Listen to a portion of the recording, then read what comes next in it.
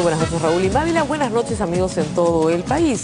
Más adelante en el programa estará el congresista y vicepresidente del PPC, Juan Carlos Seguro. Reúnen para conversar sobre alianzas y lo que se está preparando dentro de ese partido frente a ya la abierta candidatura de Mercedes Arauz por el APRA sin alianzas. Pero antes nos vamos con una nota de Albina Ruiz, el caso de Carlos Cacho. Hubo una serie de rumores el día de hoy sobre su presunta detención que fueron desmentidos. ¿Qué es lo que está pasando en esta historia? Veamos.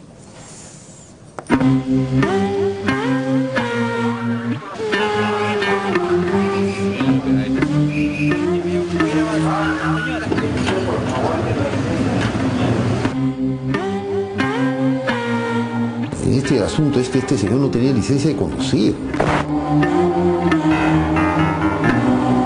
Carlos Cacho se pasea libremente, firma autógrafos como si nada hubiera pasado.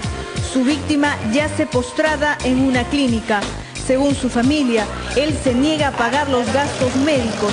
Una historia que empezó hace 10 días, cuando Cacho, según la policía, conducía ebrio, sin brevete y a excesiva velocidad. Delitos graves y pese a ello, lo dejaron ir a su casa.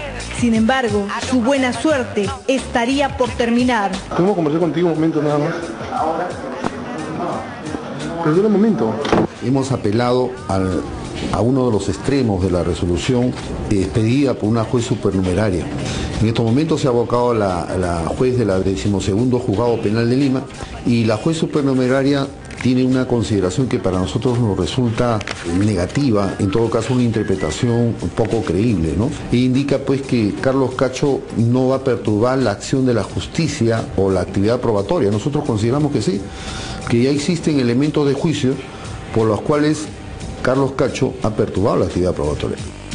El 12º Juzgado Penal de Lima concedió la apelación que presentó el Ministerio de Transportes para que se revise el fallo controversial de la jueza de turno María Elena Morocho Mori, quien dejó en libertad a Cacho a pesar de los elementos que por ley son castigados con penas de cárcel. Este señor no solo causó ese accidente de tránsito, ese señor no tenía licencia de conducir. No tenía licencia de conducir. Ya tenía 2 infracciones administrativas por lo mismo. Además estuvo en estado de ebriedad, adicionado al hecho de las lesiones culposas que son graves. La pena imponérsela a este señor va a ser mayor de 4 a 6 años. Esta tarde, varios rumores hacían suponer que la jueza Nelly Aranda Cañote, quien acaba de asumir este caso, había ordenado la captura del también maquillador. Sin embargo, esa versión fue desmentida. El propio Cacho aseguró no haber sido notificado. Cacho insiste en que está en su derecho el haberse negado a pasar el dosaje etílico, un desacato a la autoridad que complica su situación y de ser condenado podría elevar la pena. Cacho, quien ya tiene antecedentes por conducir ebrio y sin brevete, exige que el Poder Judicial deje sin efecto la caución de 10.000 soles que se le fijó por el atropello a Humberto Izarra, a quien habría dejado a su suerte en la clínica. Desde el primer momento el señor Cacho ha tenido las intenciones de ayudar, como así se ha estado efectivizando, pero ahora que está cubierto el SOAT no hay ninguna comunicación. Él ha estado al tanto de todos los gastos y es más, el día de ayer nos llegó una documentación, nos entregó la clínica una documentación, la cual nosotros le hemos corrido traslado a su amigo y asistente para que se lo haga saber al señor Cacho. Hay un excedente de 6.000 soles. ¿Cómo te sientes? ¿Cómo te encuentras en este momento? Cacho visitó hace unos días a Izarra, quien se encuentra internado en el 5º piso de la clínica Ricardo Palma. Según el conductor, la familia de la víctima le ha prohibido visitarlo. Se respalda en esta carta notarial de la propia clínica. Sin embargo, la restricción de visitas no debería restringirlo de asumir los gastos médicos. En estos días el señor Cacho ya debe estar acercándose a la clínica para arreglar lo que verdaderamente se debe hasta su salida total y restablecimiento total y absoluto de mi patrocinado. Ajá. No me quiera chamaquear. Ajá. Que me quieres ayudar. Ajá. Los familiares de Izarra le han prohibido visitarlo luego de que Cacho armara un escándalo debido a una operación quirúrgica que según él no había autorizado y que sí fue hecha por prescripción médica y con el debido permiso de su familia directa como corresponde. Cacho está impedido de abandonar el país, pero puede transitar libremente. Para el Ministerio de Transportes, este sería un mal precedente cuando se intenta, a duras penas, que los conductores nunca más manejen ebrios y respeten las normas de tránsito. Tendría que estar en un establecimiento penal, lógico, porque acá concurren 3 delitos, ¿no? Delito contra la función, contra la administración pública, desobediencia y resistencia a la autoridad, conducción en estado de ebriedad, ¿no? Delito contra la seguridad pública y finalmente lesiones culposas graves. Izarra exige justicia.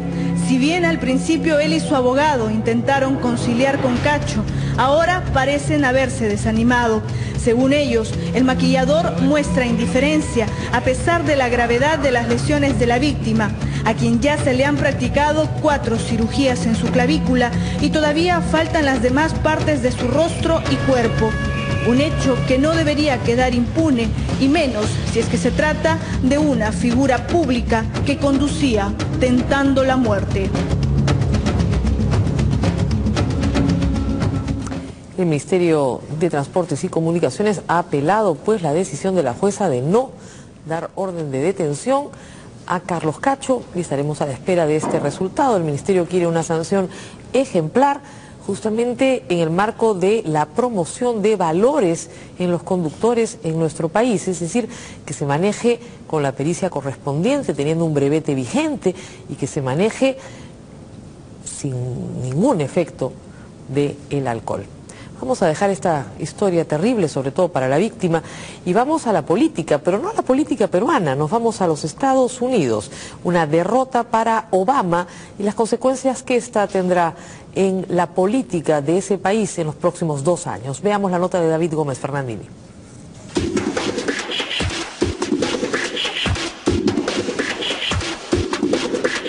Ayer el Partido Republicano Norteamericano logró la que sería su victoria más significativa en la Cámara Baja de los últimos 60 años. Tras las elecciones de medio término, los republicanos tienen asegurados 243 escaños en la Cámara de Representantes, obteniendo una abrumadora mayoría parlamentaria, mientras los demócratas se quedaron con solo 192. No solamente hay tristeza de verlos que ya no están ahí, sino que también hay mucho cuestionamiento de mi parte de si hubiera podido hacer las cosas de manera diferente para que ellos todavía pudieran estar con nosotros.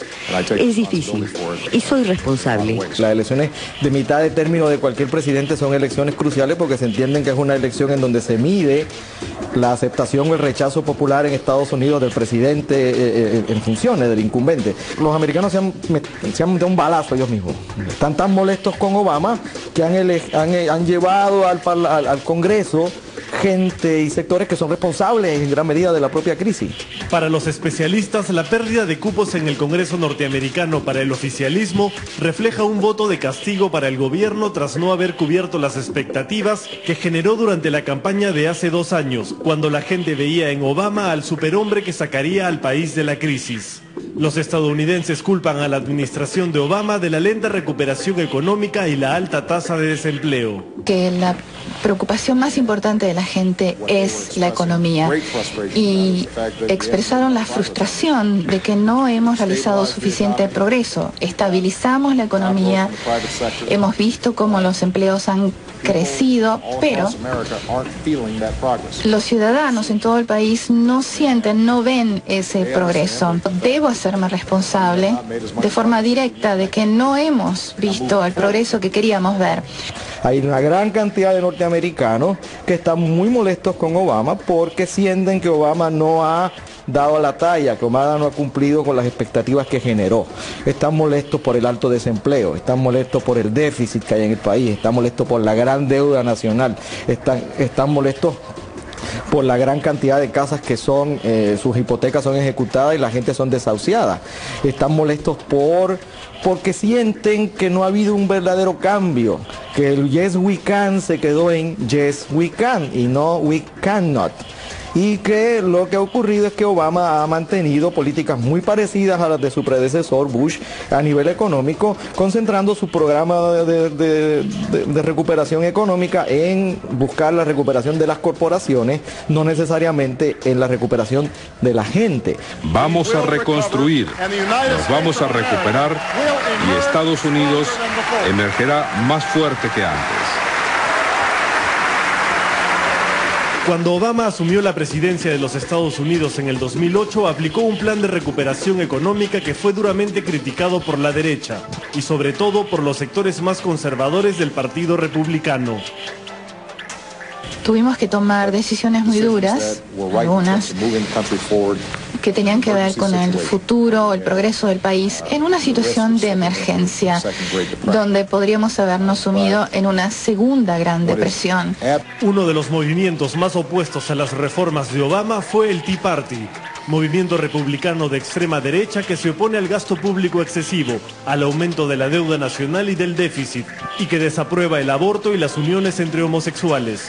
Todo bajo su lema, devolver el honor a América. Es un movimiento muy difícil de encajonar porque incluye muchos sectores de la sociedad norteamericana. O sea, el Tea Party va desde los norteamericanos más radicales, los separatistas que proponen inclusive el uso de la violencia para separar algunos estados, rechazo de los impuestos, hasta gente mucho más moderada que están molestos porque sienten que el gobierno está desperdiciando plata, que el gobierno está interviniendo en la economía, que rechazan el programa de plan médico de Obama y también con un gran elemento racial. O sea, hay un presidente que no es blanco, hay un presidente que es negro y mucha gente en Estados Unidos no está acostumbrada a eso.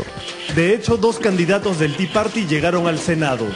Rand Paul, quien levantó polémica durante su campaña al asegurar que no comparte todos los puntos de la ley que terminó con la segregación racial, y Marco Rubio, ciudadano de origen cubano que se ha mostrado a favor del bloqueo económico impuesto por los Estados Unidos a Cuba.